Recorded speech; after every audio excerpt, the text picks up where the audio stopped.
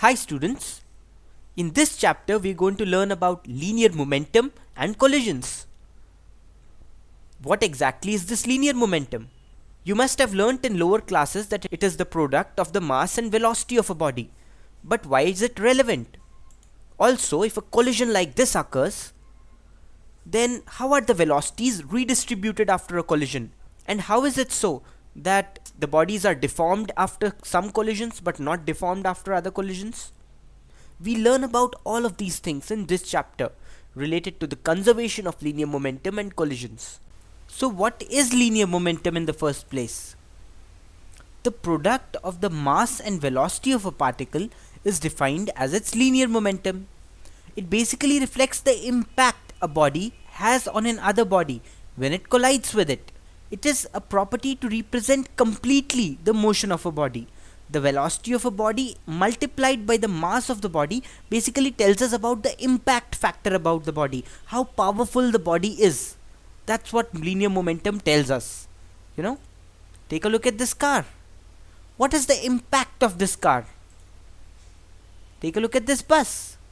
What is the impact of this bus? How powerful is the bus? How powerful is the motion of the bus? That's what momentum represents. If the car and this bus collide, whose impact is more? Clearly, the impact of the bus. That is what momentum represents. There you go. Linear momentum is mass into velocity. Linear momentum is a vector quantity, as velocity is a vector quantity. It is represented by the symbol P. P equal to mv. So, if the mass of this car is 100 kg and it's moving with a velocity of 30 meters per second, in that case, the linear momentum of the car is 100 into 30. That is 3000 kg meter per second. There you go. Just like we can, calculate the linear momentum of a particle by multiplying its mass by its velocity, we can calculate the linear momentum of a system of particles also.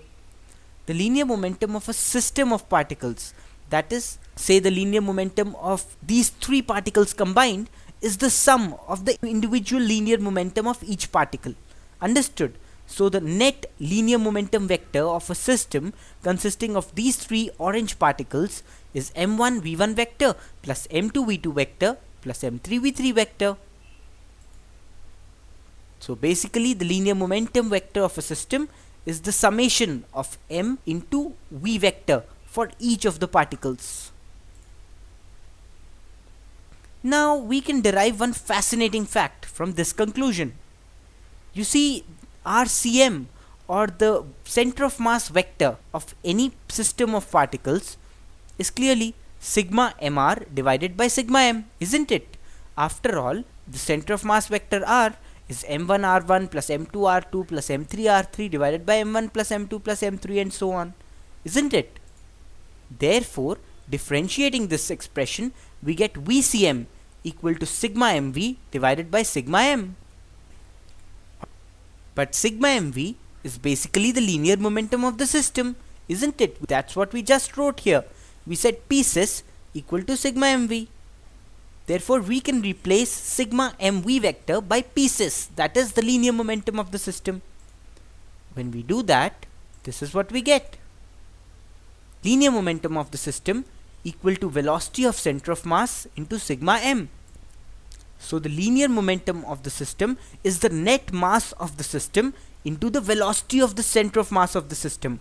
Understood? So the linear momentum of these three particles is equal to the velocity of the center of mass of these particles into the sum of the masses of these particles.